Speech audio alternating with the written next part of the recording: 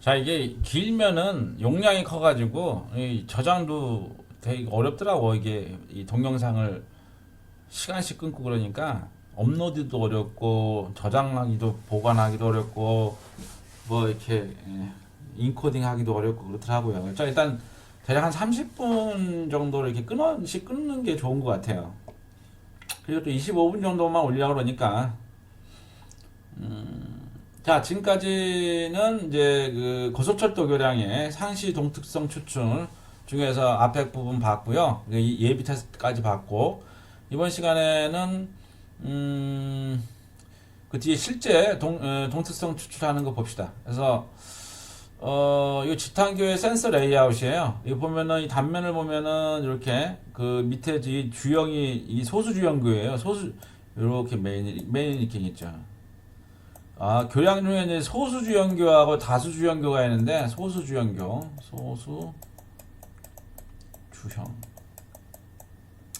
주형이라면 이게 I형으로, 이게 지금 I형이잖아요. 이게 지금 거드잖아요. 이게 거던데, 이 단면이 I형이에요. 이 I형. 그 다음에 이제 연결하기 위해서 그 비틀림 강성을 키우기 위해서, 요 밑에 이제 밑에도 올려놓고 여기 있는 상판이, 콘크리트 상판이 있잖아요. 그래서 박스형 비슷하게 했는데 사실 밑에는 터 있죠. 소수주형이라는 거는 이게 주형이거든요. 이게 주형이에요. 주형이 소수다. 두 개밖에 없어요. 이렇게. 이거에 반대말은 다수주형이에요. 다수주형이라는 거는 이제 이렇게 걷어가 있는데 이렇게 안 하고 조그마한 걷어를 하나, 둘, 셋, 넷, 따서 이렇게 가는 거죠. 이렇게 가는 거는 이제 다수주형이고, 소수주형은 이렇게 가는 거죠. 근데 대부분이 소수주형을 많이 하죠. 이게 큰 게 빨리 끝나니까 공사가.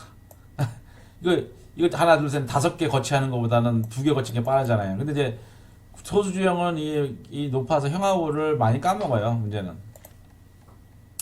어쨌거나 이게 지금 그 메인 거더가 이게 두 개라서, 메인 거더 밑에 그 플랜지 쪽에 가속도계를 설치를 했어요. 이쪽으로 봐서는 이게 총 100m예요.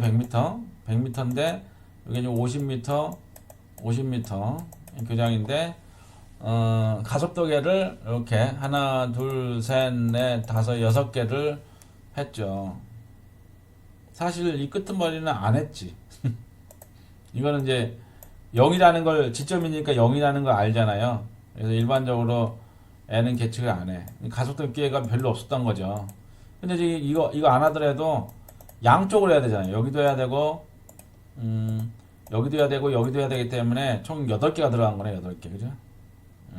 이쪽은 0이라는 걸 아니까. 그리고 이쪽은 안 했어요. 왜 안 했냐면, 가속도계가 없으니까. 가속도계 하나에, 지금은 코스트가 많이 떨어졌는데, 지금은 하나에 뭐 한 80만 원이면 사는데, 하나당만.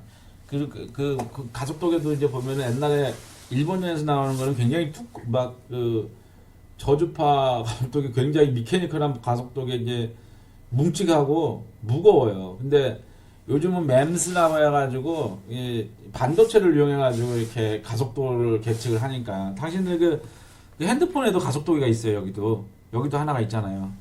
이것처럼 싸니까 그걸 사용하니까 코스트가 많이 다운돼서 많이 사용하지만, 이 가속도계만 있으면 안 되고 애를 연결하는 케이블이 있어야 돼요. 케이블만 해도 벌써 100m가 나오잖아요. 50m, 양쪽 50m잖아요. 그런 다음에 채널이, 이게 한 채널당 또 얼마예요. 그래서 가속도계가 늘어나면 늘어날수록 계측 비용이, 단가가 높아져. 이게 왜냐면 이거를 사밀타니우스하게, 즉 동시에 계측해요. 동시에 하나 둘, 이 모든 신호가 동시에 계측돼야 돼. 이거 있는 모든 게. 그러다 보면 이제 채널이 32채널이 지금 국내에서는 제일 많은 거, 64채널도 있는 것 같긴 한데, 이건 뭐지? 그러면 타이밍을 싱크로나이즈를 같이 걸어줘야 돼. 채널이 많아지면 많을수록 계측 비용도 높아지고 비용이 많아요. 그래서 일반 계측하는 사람들이 이게 대칭이니까 한쪽만 보면 되지 않냐 이렇게 하거든요. 근데 그렇게 하면 안 되지. 그 모드 영상이라는 거를 모두 모드 쉐입을 뭔지를 모르고 모드 쉐입이 왜 뽑는지를 모르는 사람들이 이런 계측 회사에서 이런 기획을 하고 설계를 하고 또 관공서에서 그 발주청에 인허가하는 사람이 잘 모르니까 그냥 이렇게만 하자라고 그러는데 사실 이렇게 하면 안 돼요. 이게 대책이 아닐 수도 있고 모르잖아요. 그리고 모드 쉐입을 왜 뽑느냐, 이거 이유가 뭐냐, 이거 왜 해야 되느냐 이렇게 하는 사람들이 있거든요. 이제 그런 사람들 이제 주로 이 구조동력학이 구조동력학이라는 과목을 안 듣거나 아니면 모두 이게 왜 동적 거동 시스템에 대한 이 심오한 이해가 없기 때문에 그런 얘기를 하는 거고. 그래서 일단은 업계에서는 보니까 그냥 이렇게 한쪽 대칭이라고 한쪽만 하고 말더라고. 그래서는 안 됩니다. 이쪽도 재야 됩니다. 117km네. 서울로부터 틀려 써있네. 서울 기점으로부터 117km에 위치하고 있는 교량이에요. 투스펜 컨. 그래서 KTX가 이제 총 4개, 4번 지나간 거를 우리가 쟀네요. 그래서 첫 번째는 254km/, 240, 250, 230 이렇게 막 빨리 안 지나가요. 300km라고 했는데도 이게 경간이 긴 거는 이게 막 이 기관사들이 이게 좀 300, 그러니까 얘네들도 빨리 가고 싶지. 부산 서울 그 빨리빨리 가고 싶은데 이렇게 특정 어떤 구간이 되면은 애가 속도를 줄여. 기관사가 설계 속도가 300km인데 근데 이제 토공 구간에 딱 보세요. 토공 구간 지나갈 때 여러분 이제 KTX 탈 때 이렇게 한번 속도 한번 보세요. 300km로 가거든요. 근데 교량 구간 지나가면은 미리 속도를 줄여가지고 천천히 250으로 가잖아. 어떤 데는 좀 괜찮은 데는 콘크리트로 된 데는 좀 이렇게 출렁거리지 않는 데는 한 270으로 가고 이런 데는 250으로 가고 토공 구간은 300으로 가요. 그 이제 이 기관사 애들이 매일 왔다 갔다 하니까 그걸 아는 거지. 아 여기는 이게 출렁출렁거리니까 공지 생기니까 지금 우리나라의 KTX가 그런 상황입니다. 그래서 상행선 이게 보면 두 차선이거든요. 보면은 여기가 이제 레일이 여기 하나 상행선 여기 하나 하행선. 그리고 이제 이게 슬래브고요. 슬래브 위에 이제 콘크리트 궤도 위에 이렇게 올려놨어요. 침목이 이제 여기 있는 거 침목이 여기 침목이 이 침목이 이렇게 있는 거죠. 설치되어 있는 거죠. 자, 그래서 지나가는 거, 내려가는 거, 하행선, 부산으로 가는 거, 업은 서울행. 그리고 여기서 여기까지 보면은 13분 만에 내려갔네. 17분 만에 내려갔죠. 1시에 갔다가 17분 만에 지나갔죠. 애도 한 20분마다 한 번씩 다니는 것 같아요. 보니까. 그래서 스틸 플레이트 거드예요. 이게 플레이트잖아요. 이게 플레이트 거드예요. 그리고 여기는 이제 아까 봤지만 크로스빔으로 해가지고 요 위를 갖다가 이제 망사로 해가지고 사람이 지나다닐 수 있게끔 해놨더라고. 자, 그래서 가속도계를 이제 재봤어요. 그 중에 다 잰 걸 이제 해놓은 거죠. 그럼 여기서 여기까지를 뭐라 그런다? 가진 구간. 그 다음에 여기서부터 이제 피크점이 떨어지는 구간을 자유진동 구간. 그래서 만약에 스펙트럼을 요 가진 구간을 FFT를 취했다고 치요. FFT. 스펙트럼을 이제 여기는 시간이고요. 타임이잖아요. 타임 도메인. 그러니까 이제 우리 공합수학에서 라플라스 트랜스폼 배웠잖아요. 거기가 이제 퓨리에 트랜스폼이 반쪽이니까 S 트랜스폼 치겠다고 치면 돼요. 그래서 이 가속도 ACC를 갖다가 FFT를 취하면은 이와 같이 돼요. 요 부분에만에 대해서 스펙트럼을 보면 이와 같아요. 여기서 이제 이거는 수평축은 뭐예요? 주파수예요. 주파수. 헬츠로. 여기다 하지 말까? 여기도 할까? 여기는 프리퀀시. 여기 써있네. 프리퀀시 헬츠. 그리고 여기는 데시벨이라고 해가지고 매그니튜드 오브 PSD. 그래서 스펙트럼이에요. 스펙트럼. 요 어느 거에? 요 구간에 스펙트럼이에요. 어떻게 구하냐면 FFT 취하면 돼요. 맨넷 같은 데서. 나중에 시간이 되면 이 화면을 녹음해 가지고 맨랩을 이용해 가지고 어떻게 하는 건지 그때 볼게요. 그래, 그거 하는 것도 괜찮겠네. 이게 어차피 이게 지금 우리가 녹음을 해서 하니까 화면 전체에서 요걸 이제 해석하는 거를 이렇게 한번 보는 것도 괜찮겠네요. 이그젬플로. 그 좋은 생각이네. 그 화상 수업에 또 장점도 있네요. 그렇게 녹음하면 한번 녹음하는 시간을 한번 준비해 보겠습니다. 자, 그 다음에 요 부분, 요 자유진동 구간이라고 했죠. 자유진동 구간. 그래서 스펙트럼 FF도 취해 보면은 이와 같아요. 자, 그래 보면은 이 윗부분은 보면은 우리가 예상했다시피 이 가진 주파수가 이 가진 구간이 어떻게 된다고요? FN은 N V D D분의 V잖아요. 주기적으로 지금 있잖아요. 이렇게 봐요. 여기 피크가 있죠? 피크 있죠? 간격이 똑같죠? 거의. 예. 그죠? 이렇게 있죠. N배씩 1차. 그럼 이게 1이야. F1, F2, F3 이렇게 N배야. 가진 구간이니까. 보이나요? 근데 이제 그런데 자유진동 구간의 요 부분만을 스펙트럼을 보면 이렇게 있죠. 하나, 이게 1차지. 2차 주파수. 토션 1차하고 굉장히 클로즈한 것 같아요. 이게 근접 모드가 되고 3차고 뭐 4차고 이렇게 되어 있는 거야. 그래서 얘는 구조물의 고유진동수, 요게 이제 1차 고유진동수, 2차 이런 식으로 구조물의 자유진동에 의해서 나온 거고, 이 가진이 없는 거고, 얘는 이제 가진이 있는 거라는 거죠. 그래서 확연히 우리가 알 수 있죠. 그래서 자세히 보면은 여기 구조물의 고유 1차 주파수, 요거 지금 1차 주파수잖아요. 그 바로 옆에 있는 근접해서 있는 게 뭐예요? N은 가진 주파수.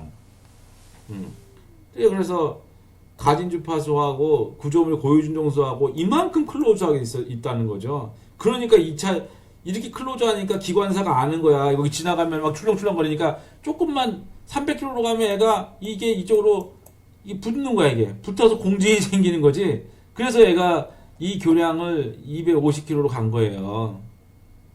이해하셨어요? 그리고 이렇게 지금 1차 모드가 제일 중요한데 이렇게 근접 모드가 생겨 있고, 또 여기 같은 경우에는 그 구조물 자체에 2차 모드하고 밴딩 2차와 트위스팅 1차, 비틀림 1차가 굉장히 클로즈하게 있잖아요. 그래서 우리는 이제 TDD를 이용해서 동특성을 추출하는데 어느 데이터를 사용한다? 여기서 요까지의 데이터만을 아까 네 세트였나요? 몇 개? 하나, 둘, 셋, 네 세트에 대해서만 이용하겠다. 다음. 그래서 TDD 기법을 이용해서 모두 영상을 먼저 찾잖아요. 요거 이제 좀 정리한 거예요. 아까 방금 얘기했던 그 시간, 여기 요거를 Y라고 할게요, Y. 요 Y를 갖다가 이게 이제 멀티 디그리 시스템이잖아요.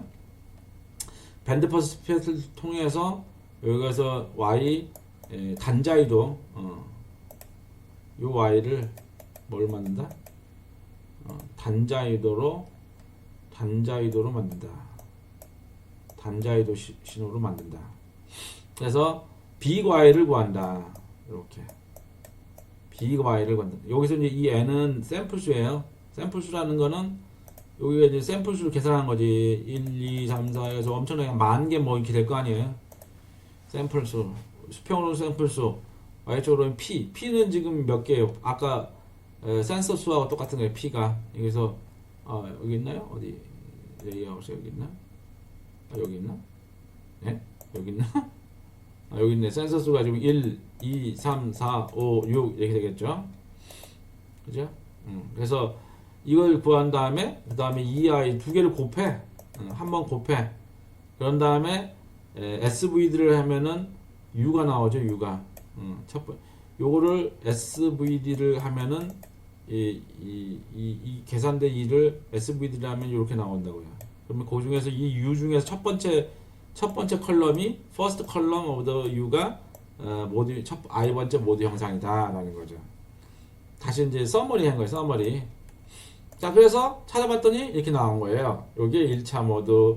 이제 지금 두 줄이 나오는데 하나는 왼쪽 오른쪽이에요. 아까 그 기억나나요? 우리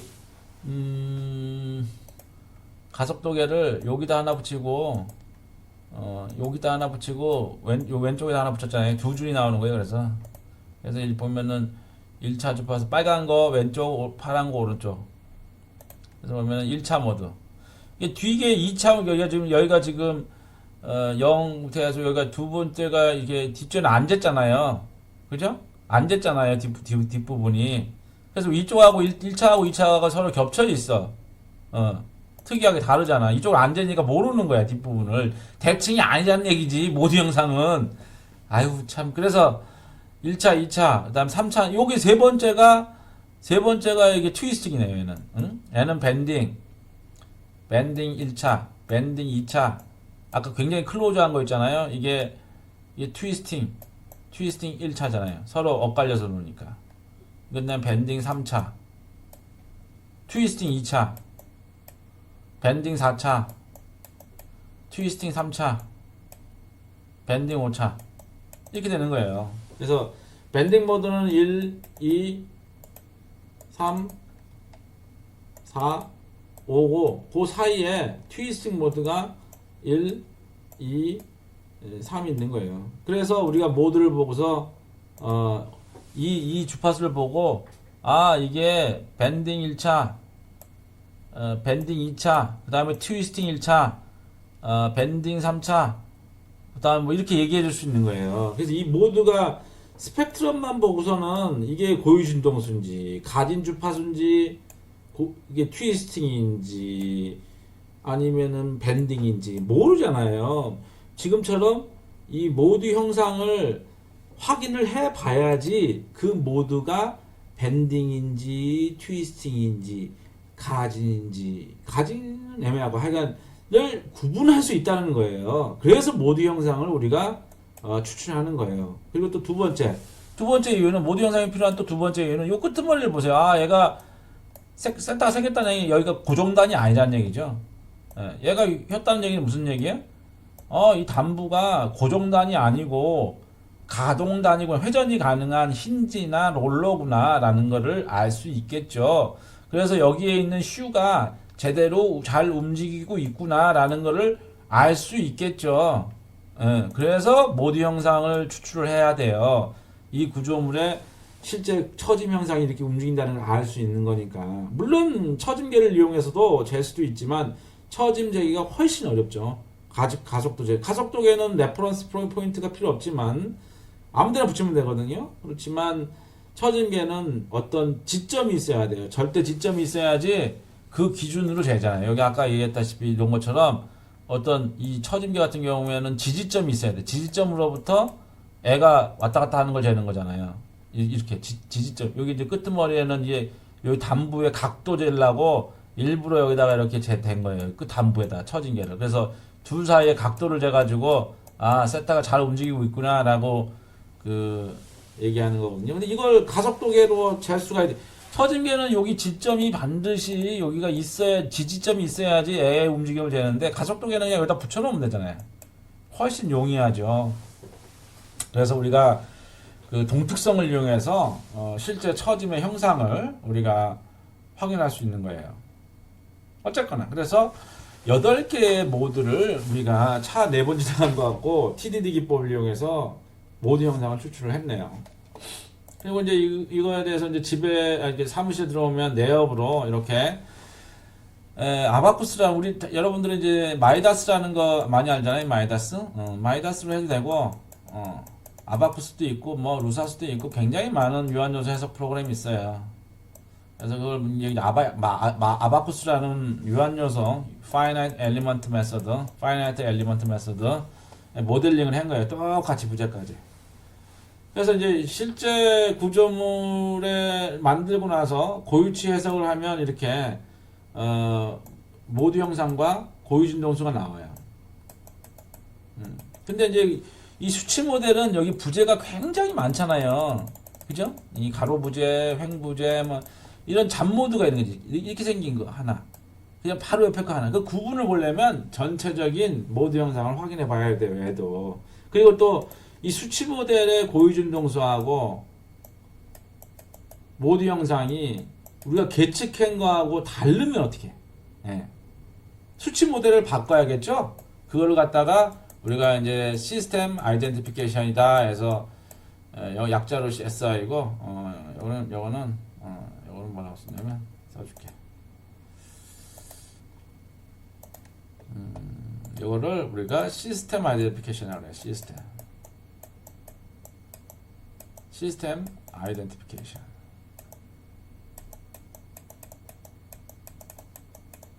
이렇게 하는 걸 지금 시스템 아이덴티피케이션이라고 그러는데 그거의 일부로서 모델 업데이팅 테크닉이라고 그러는 게 있어. 무슨 얘기냐면 우리가 실측된 고유진동수와 모드 영상이 있고 FE 모델 유한절 수치 모델에서 수치 모델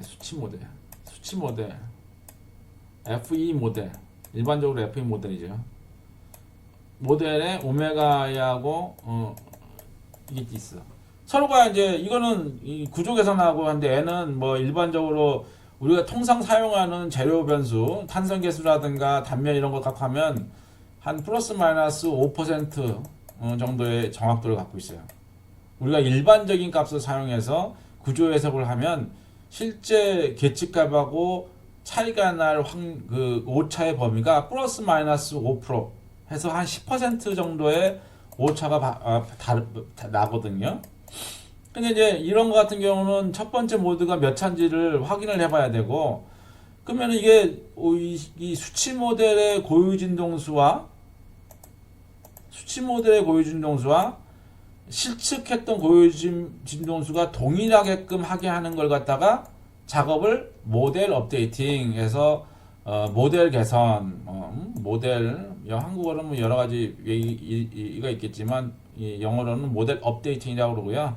모델 개선 뭐 이런 게 있어요. 그래서 대부분의 그 교량을 수치 모델을 했지만 그 수치 모델을 가지고서 이제 이 모델을 정확하게 매치시키는 걸 갖다 모델 업데이팅이라고 하고, 요게 이제 센시티비티 그러니까 주파수 민감도를 이용해서 하는 방법이 있어요. 요것도 이제 기회가 되면 나중에 한번, 사실은 이걸 이용해서 지금 우리가 고유진동수하고 감쇄비를 찾는 알고리즘을 내가 이미 썼어요. 눈치챈 사람들도 있겠지만 그게 이미 모델 업데이팅이에요. 자, 그래서 1차 해가지고 수치 모델하고도 이렇게 확인을 해야 돼요. 지금 그래서 요거는 이제 나중에 내가 SI를 해가지고 매치를 시켰는데, 그래서 여기서 이제 초기 모델, 그 다음에 업데이트 모델, 이 두 가지인데, 그거는 이제 나중에 기회가 되면 SI는 나중에 한번 기회가 되면 하도록 하고요. 일단 이렇게 체크를 해본다 이거죠. 동일하다. 자, 그 다음에 아까 찾았으면은 그 다음에 이제 우리가 고유진동수하고 감쇄비, 얘는 이제 템포럴 파라미터잖아요. 시간 디펜던트한 템포럴 파라미터. 방금 전에 모드 영상은 PI는 공간 스페이스에만 관련돼 있잖아요. 그래서 이제 얘는 고유진동수와 감쇄비는 요게 지금 사실은 이게 모델 업데이팅 방법이에요. 모델 업데이팅. 자기가 가지고 있는 수치 모델을 실제 값하고 모델 업데이팅하는 이걸 이렇게 하는 요 루프를 뭐냐면 sensitivity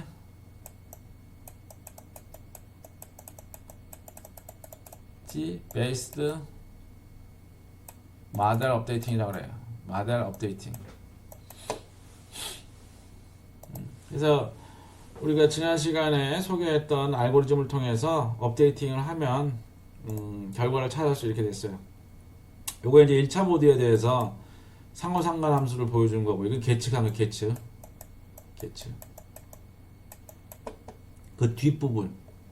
그 다음에 이제 그 업데이팅을 돌리면은 이게 수렴하는데 여기는 이터레이션 그 반복 횟수예요. 보면 한 50번 정도 반복하니까 수렴했네요. 모든 알파 1, 알파 2, 알파 3 이게 그 값이 알파가 뭐였어요 방금?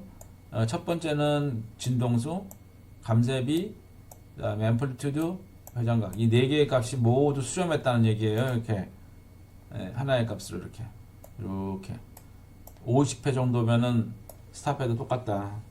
그래서 나온 결과 값으로 이제 시뮬레이션 하는 거죠. 요거 값이 하고 여기서 시뮬레이션 된 이게 오메가 아이덴티파이 된 phi 4개죠. 지금 아까 8개죠. 이거하고 휘타이 A 세타 갖고 그려봤더니 매치한다 이거죠. 그래서 수렴된 1차 모두 상호상관 함수와 개체된 상호상관 함수를 비교한 거예요. 거의 일치하는 걸 알 수 있죠.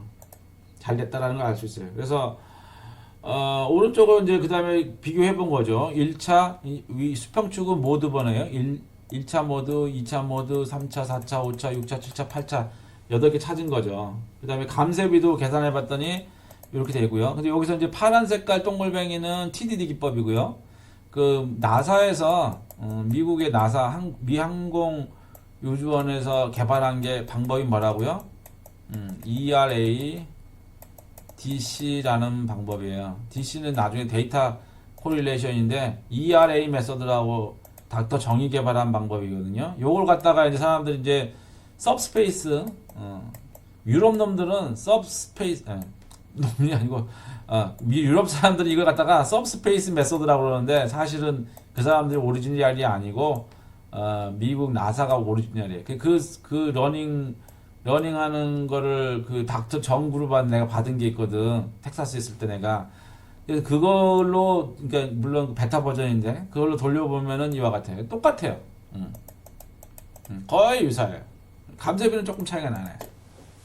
그래서 TDD 기법으로 모드 형상과 그다음에 고유 진동수, 그다음에 여기 감쇄비를 다 찾았어요.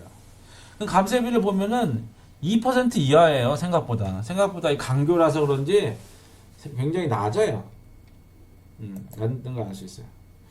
자, 그래서 본 연구에 따르면 다음과 같은 세 가지 결론을 이룹니다. 첫째, 고속철도 교량의 동특성 추출 시 자유진동 구간, 프리 바이브레이션 구간의 시간 응답을 이용을 하면 열차 운행 주파수에 의한 왜곡을 피할 수 있다. 그래서 자유진동 구간을 이용을 해야 된다는 얘기고, 그 다음에 근접 모드나 왜곡을 줄 수 있다. 오케이. 그 다음에 두 번째는 PDD 기법과 SI 고유 진동수 찾는 그 부분을 갖다 SI 기법이라고 좀 따로 명명한 거예요. 왜냐면 이 앞에 부분은 내가 2002년쯤에 만든 거예요. 그 박사학위 논문 쓸 때. 그리고 SI 기법은 이게 2006년쯤에가 이제 만들어서 퍼블리케이션 한 거니까 이 주파수 찾는 거는 주파수하고 감쇄비 찾는 알고리즘은 2006년쯤에 만들어낸 거고 PI 찾는 거는 2001년, 2년 이때 만든 거예요. 그래서 시차가 있어서 좀 부르는 게 다른데 지금은 다 그냥 TDD 기법이라고 제가 얘기하고 있습니다. 그래서 구조 응답이 기간이 짧고 열차의 간헐적 통과에 의한 샘플수 증가가 용이치 않는 철도 교량의 경우에도 요 TDD 기법을 이용을 하면 정확하게 찾을 수 있다. 그래서 우월한 점을 했고, 이 ERAC 기법과 결과를 찾아봤을 때 잘 일치했다. 왜냐면 애가 레퍼런스니까. 근데 얘네들은 ERADC 방법의 단점은 센서의 계측 포인트가 많으면 많을수록 거의 이제 얘는 불가능해. 근데 TDD는 얘보다 더 능가한 거죠. 정확도는 똑같은데.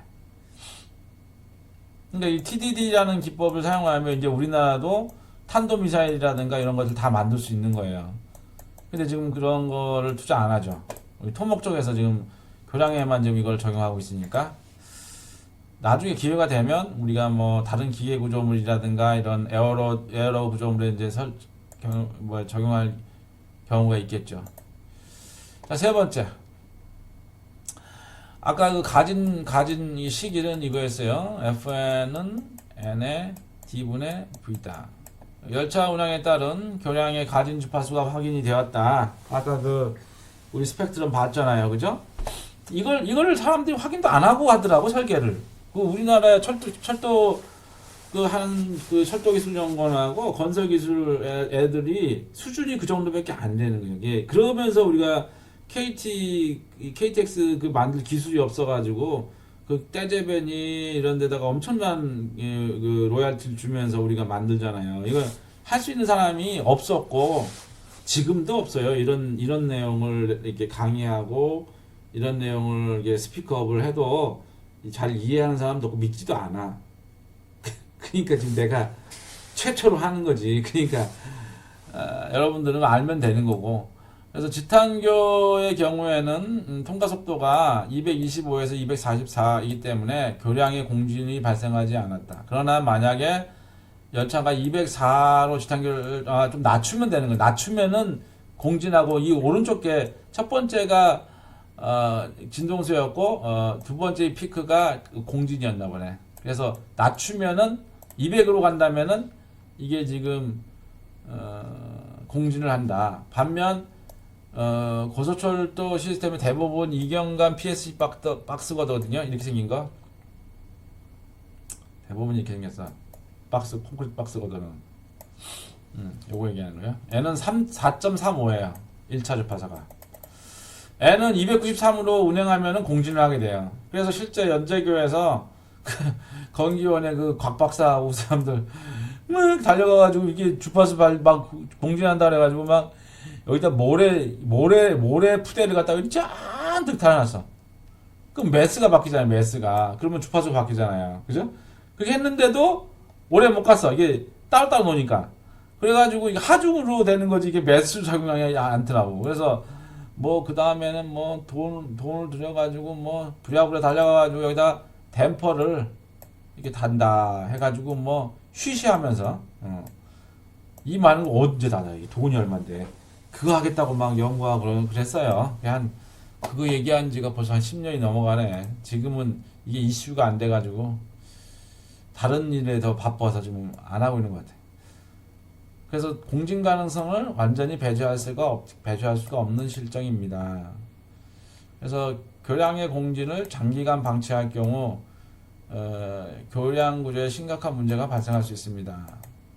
그래서 교량들에 대한 공진 현황 조사를 해야 됩니다. 그리고 대책도 수립해야 됩니다. 라고 논문을 써가지고 이렇게 주장을 했는데 여기 기존 가치가 안 받아들여졌지. 그리고 아무것도 안 하고 있습니다. 지금 현재. 그럼 우리 시간을 두면은 밝혀질 일이고. 자, 그래서 이번 시간에는 TDD 기법을 이용해서 고속철도 교량의 모드 형상, 그 다음에 고유진 농수, 그리고 감쇄비를 추출하는 방법과 그 예제를 살펴보았습니다.